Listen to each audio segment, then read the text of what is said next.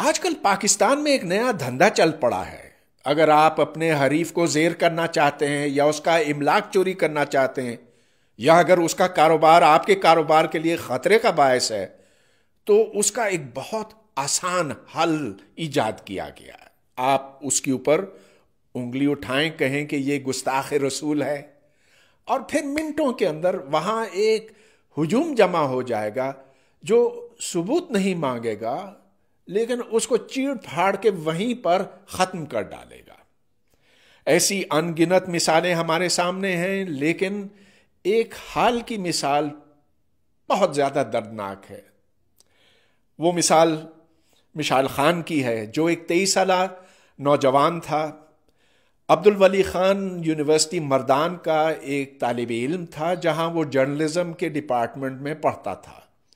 وہ یونیورسٹی میں بے حد مقبول تھا، اس لیے کہ جو دوسرے سٹوڈنٹس تھے وہ ان کے پاس آتے تھے، ان کے مسائل طرح طرح کے ہوتے تھے.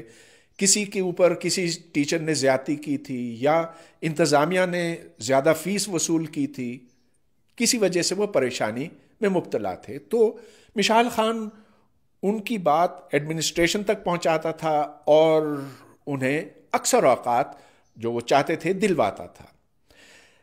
جیسے جیسے اس کی آشنائی اس یونیورسٹی کی انتظامیہ سے بڑھتی گئی، ویسے ویسے اس کو اندازہ ہوا کہ یہاں پر بدعنوانیوں کی کوئی حد ہی نہیں. اور جیسے جیسے وہ یہ جانتا گیا ویسے ویسے وہ انتظامیہ اس سے خوفزدہ ہوتی گئی، یہاں تک کہ انتظامیہ نے ایک منصوبہ بنایا کہ اسے قتل کیا جائے اور اس کی لاش دریا میں بہا دی جائے. پچھلے دنوں میں ان کے والد اقبال لالہ صاحب سے ملنے کے لیے گیا تھا سوابی، جہاں مجھے بہت سی ایسی باتیں پتہ چلیں جو اب تک ہمارے میڈیا میں، پریس میں پہنچی نہیں ہیں اور شاید پہنچے بھی نہ.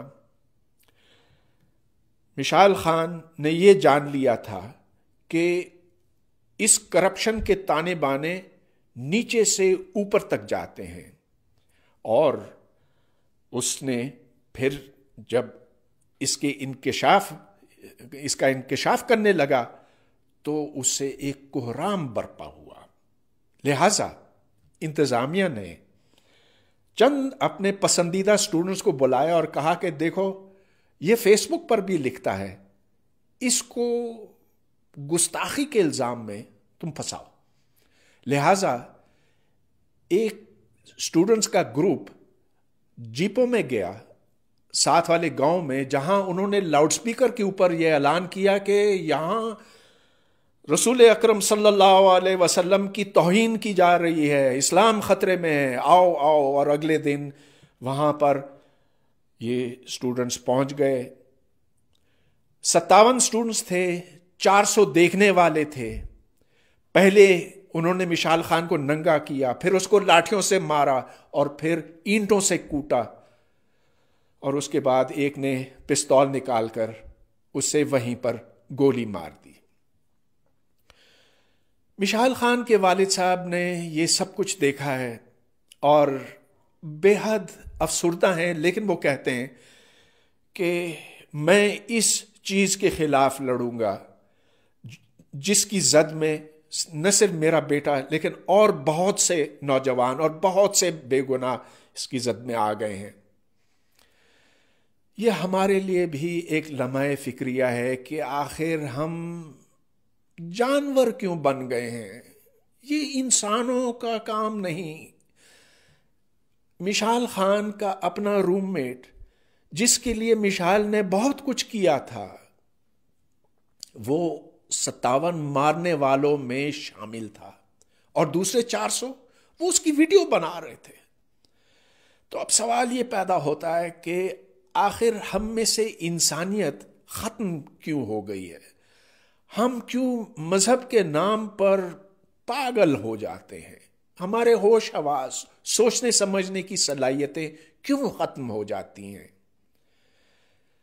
بہت مشکل سوال ہے، لیکن ایسا ہی ہوا تھا یورپ میں آج سے 300 سال پہلے، جہاں اگر آپ کسی کے اوپر انگلی اٹھاتے، کہتے کہ اس نے کلیسا سے اختلاف کیا ہے، یہ شیطان، اس کے اندر شیطانی طاقت آ گئی ہے، تو ویسے ہی ہجوم جا کر اسے وہیں پر ختم کر دیتے تھے۔ وہ بھی پاگل تھے جیسا کہ ہم ہیں، مگر ادھر کے لوگوں نے جنگ لڑی، وہ جنگ جو عقل و خرد کی تھی، وہ جنگ جو کہتی تھی کہ ہم کوئی بھی چیز کرنے سے پہلے ثبوت مانگیں گے، دلیل مانگیں گے، اس کے بعد ہم فیصلہ کریں گے آیا کہ یہ بات درست ہے کہ غلط ہے۔ ہمیں بھی ایسی ہی جنگ لڑنی پڑے گی، اور اس میں ہمیں بھی بہت سی قربانیاں دینی پڑیں گی، کیونکہ اس کے بغیر ہم ویسے ہی پسماندہ اور ایک جانوروں جیسی حرکت کے شکار رہیں گے۔ تو میرے دوستو، حوصلہ نہ ہاریں، یہ ایک تاریخی حقیقت ہے، تاریخ کا دھارا ہمارے ساتھ ہے، ہم جیتیں گے، لازم ہے کہ ہم جیتیں گے۔ خدا حافظ۔